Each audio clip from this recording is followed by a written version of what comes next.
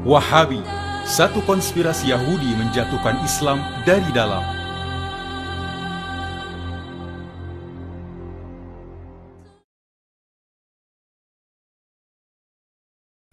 Apa itu Wahabi? Wahabi merupakan satu fahaman yang diasaskan oleh Muhammad ibnu Abdul Wahhab. Fahaman ini dinisbahkan kepada nama bapaknya Abdul Wahhab sebagai Wahabi, tidak kepada namanya sendiri sebagai Muhammadi. Ini adalah ijtihad ulama supaya umat Islam tidak keliru dengan ajaran Islam sebenar dari Muhammad sallallahu alaihi wasallam.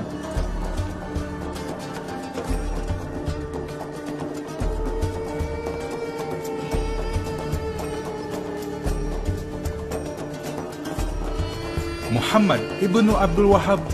Siapakah Muhammad ibnu Abdul Wahhab? 1793, lahir di kampung Ainiyah, Najd, Arab Saudi.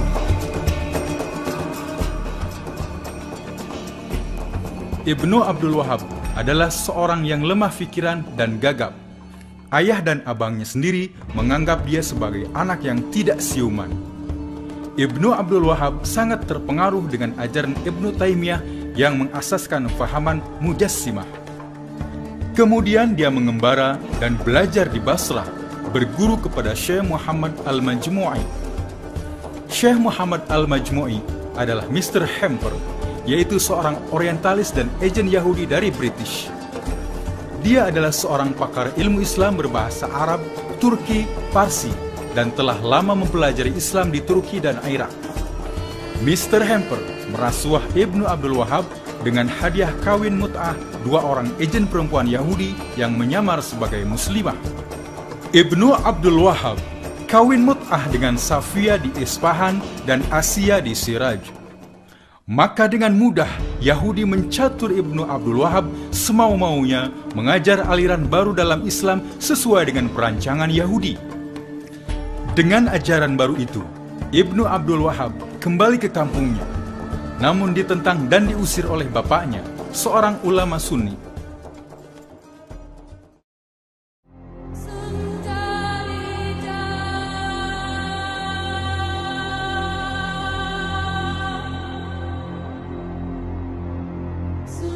Kerjasama Yahudi, keluarga Al-Saud, dan golongan Wahabi membentuk kerajaan Arab Saudi.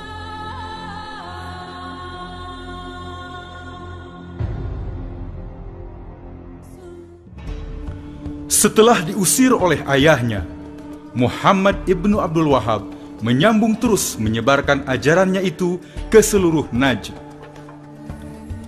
Perjuangan Ibnu Abdul Wahhab itu dipantau oleh Mr. Hamper dan disokong oleh kerajaan British. Ibnu Abdul Wahhab membawa misi Yahudi kepada pemimpin-pemimpin Arab.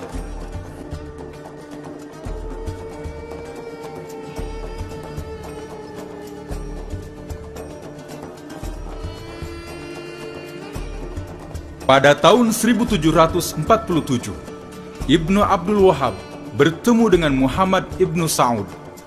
Dia adalah keturunan Yahudi yang menguasai kawasan Duriyah.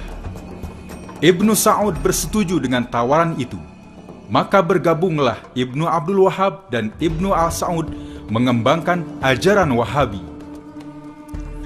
Di antara ajaran Wahabi ialah siapa yang tidak ikut Wahabi dianggap sesat, kafir, halal darah, dan hartanya dirampas.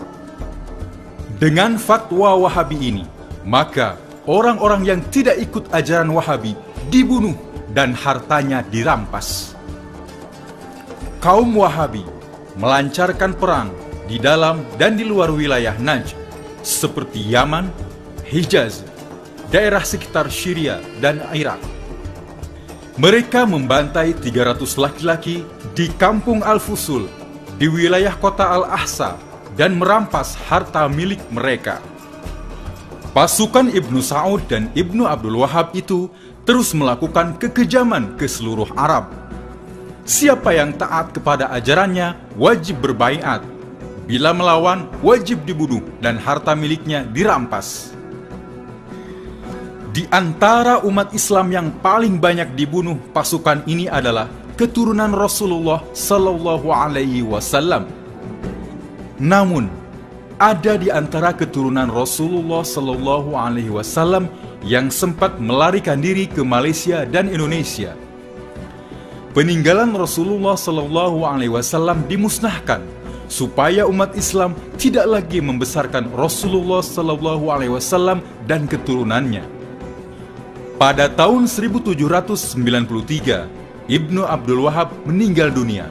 Namun ajaran Wahabi makin berkembang dengan sokongan keluarga Al-Saud dan British atau Yahudi.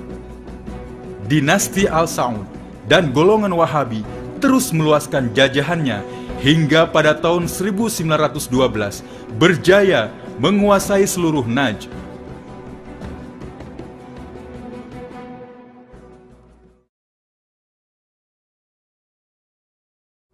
Yahudi mencetuskan revolusi Arab untuk menjatuhkan Empire Islam Utsmaniyah.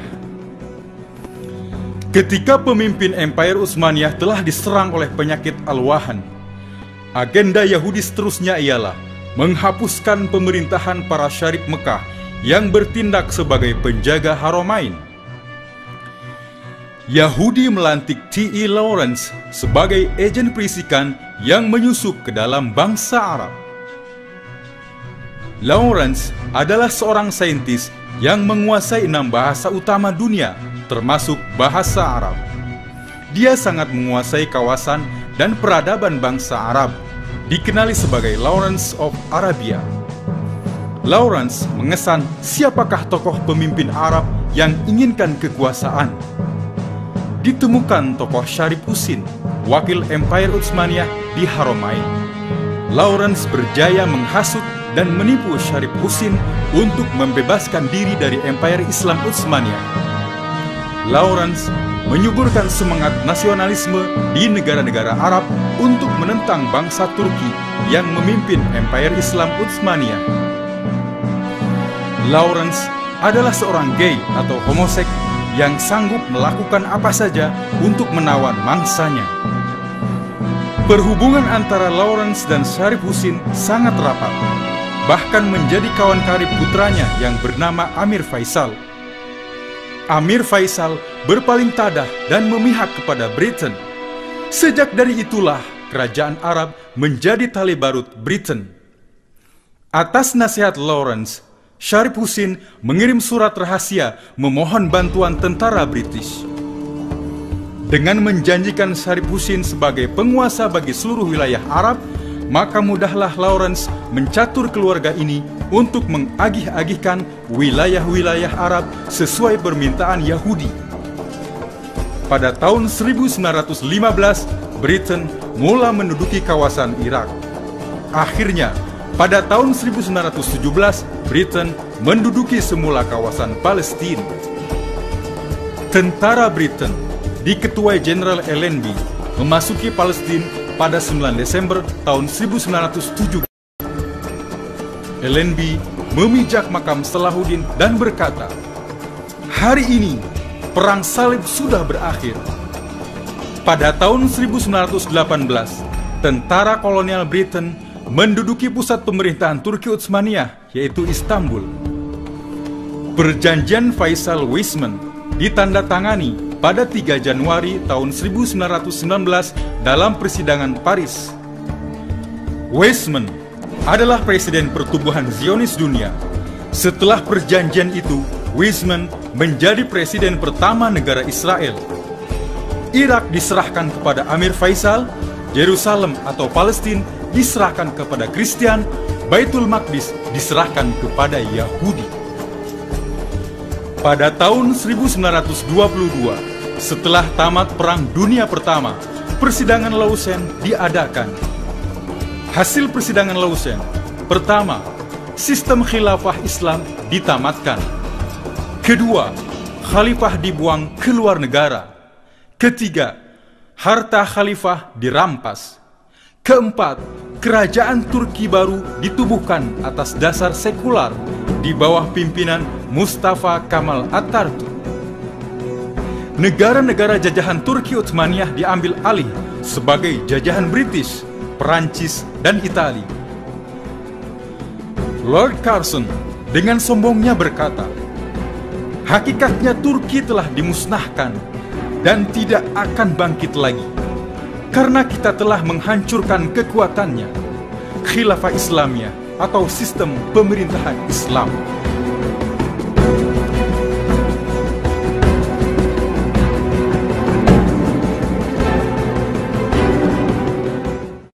Yahudi melantik Saudi dan Wahabi sebagai penguasa Haramain.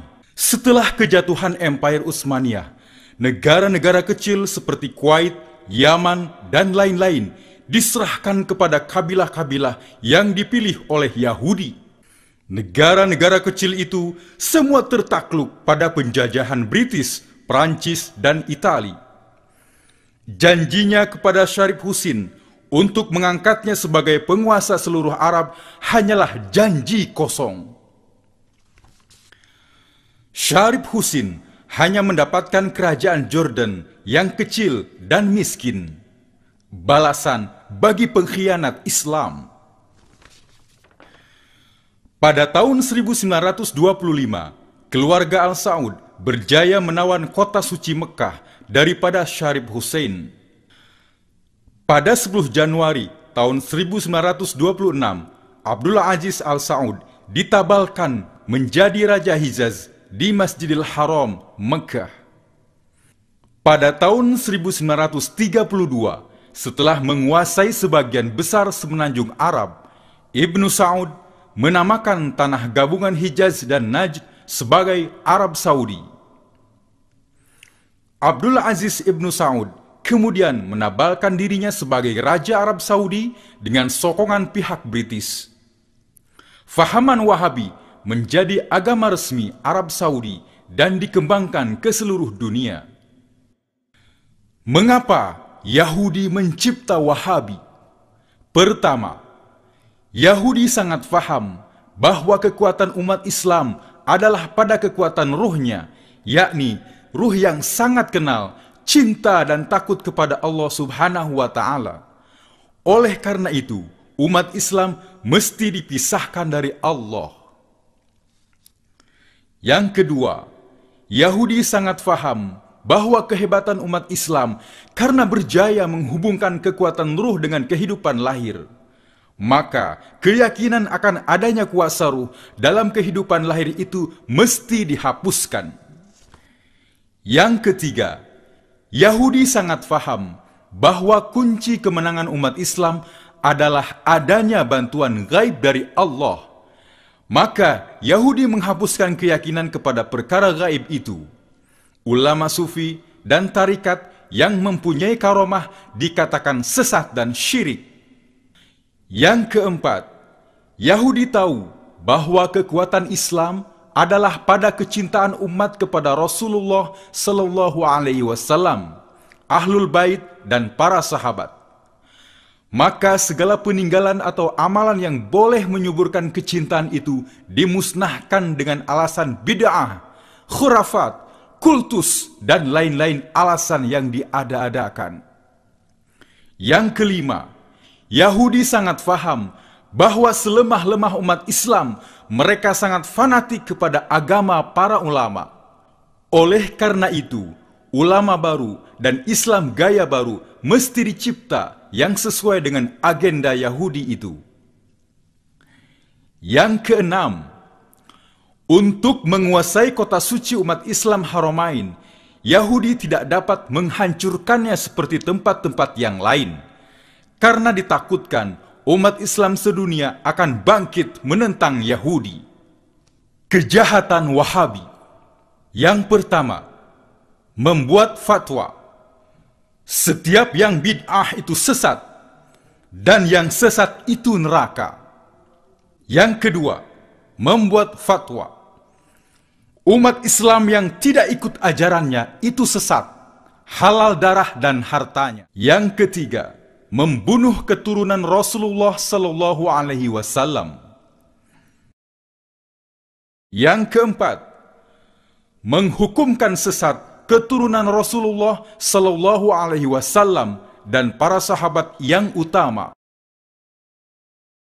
Yang kelima, menganggap alam roh itu tidak wujud. Yang keenam, menolak adanya hubungan antara alam lahir dan alam roh. Yang ketujuh, memusnahkan peninggalan baginda Rasulullah Sallallahu Alaihi Wasallam. Yang kedelapan, dalam mempelajari ilmu usuluddin atau tauhid, menganut fahaman Ibnu Taimiyah, menganggap Tuhan itu berjisim seperti makhluk atau mujassimah. Yang kesembilan, di dalam fikih dibenarkan menampal-nampal mazhab atau talfiq. Yang kesepuluh, mengambil sumber Al-Quran dan hadis tanpa ijma ulama dan qiyas. Yang kesebelas, melarang keras umat Islam berdoa dengan tawasul atau perantaraan. Yang ke-12, melarang menziarahi kubur sekalipun makam Nabi. Yang ke-13, menghancurkan bangunan di atas tempat lahir Nabi di Suq Al-Lail. Yang ke-14, melarang memuji-muji Nabi seperti membaca qasidah, berzanji, burdah, tahlil, dan sebagainya. Yang ke-15, melarang umat Islam merayakan dan memperingati Maulidur Rasul, Isra Mi'raj, dan semua perayaan hari kebesaran Islam yang lain. Yang ke-16, melarang belajar tentang sifat 20 dan menuduh sesat fahaman Asy'ari, yaitu fahaman kaum ahlu sunnah wal jamaah. Yang ke-17, melarang amalan tarikat, umpamanya tarikat Naqsabandi, Qadiri, Sazali, Saman, Muhammadiyah, dan lain-lain. Yang ke-18, mengundang Amerika untuk mengeksploitasi kekayaan minyak di Timur Tengah. Yang ke-19, berkomplot dengan Amerika membina pangkalan tentara di Arab Saudi. Yang ke-20, meminta bantuan tentara bersekutu dalam Perang Teluk untuk menghancurkan Saddam.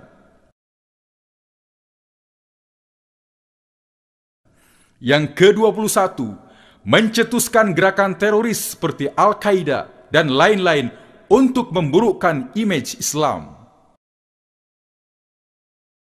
Yang ke-22, mengubah Arab menjadi negara Yahudi dan Haramain menjadi kota Yahudi. Dan lain-lain kejahatan yang merupakan konspirasi Yahudi untuk menghapuskan keyakinan dan kecintaan umat Islam kepada Allah dan Rasulullah Sallallahu Alaihi Wasallam, supaya umat Islam mengikut cara hidup Yahudi dan meninggalkan Tuhan Muhammad. Jelaslah bahwa tujuan Wahabi adalah mengajak umat Islam meninggalkan Allah dan Rasul dan mengikuti Yahudi. Wahabi adalah buatan Yahudi. Siapakah yang akan memerangi Wahabi? Wahai umat Islam seluruh dunia, setelah kita tahu rahasia ini, marilah kita perangi Wahabi dan Yahudi dengan langkah-langkah ini. Yang pertama, jangan sekali-kali terpengaruh dengan ajaran ini. Jaga diri dan keluarga Anda dari aliran ini. Yang kedua, berpegang teguhlah kepada ahli sunnah wal jamaah, Imam Abu Hasan al-Asy'ari dan Imam Abu Mansur al-Maturidi. Yang ketiga, kuatkan hubungan dengan Allah dan Rasulullah Sallallahu Alaihi Wasallam. Kuatkan hablum minallah dan hablum minan nas. Yang keempat, berfikih dengan salah satu mazhab yang empat, Syafi'i, Maliki, Hambali, atau Hanafi. Jangan dicampur-campur. Yang kelima, lawanlah hawa nafsu. Buang segala sifat jahat dalam diri kita dengan bertasawuf berpandukan Imam Al-Ghazali. Yang keenam, amalkan wirid dan zikir secara berdisiplin dan istiqomah, atau amalkan tarikat yang ada mursyid. Yang ketujuh, jangan mudah terpancing dengan tawaran manis atau provokasi Wahabi. Yang kedelapan, jangan sekali-kali terlibat dengan gerakan militan atau teroris. Yang kesembilan, banyaklah bertaubat atas dosa-dosa sendiri dan dosa umat Islam. Yang kesepuluh, berdoalah kepada Allah agar segera didatangkan pemimpin kebenaran yang dapat menghapuskan ajaran ini.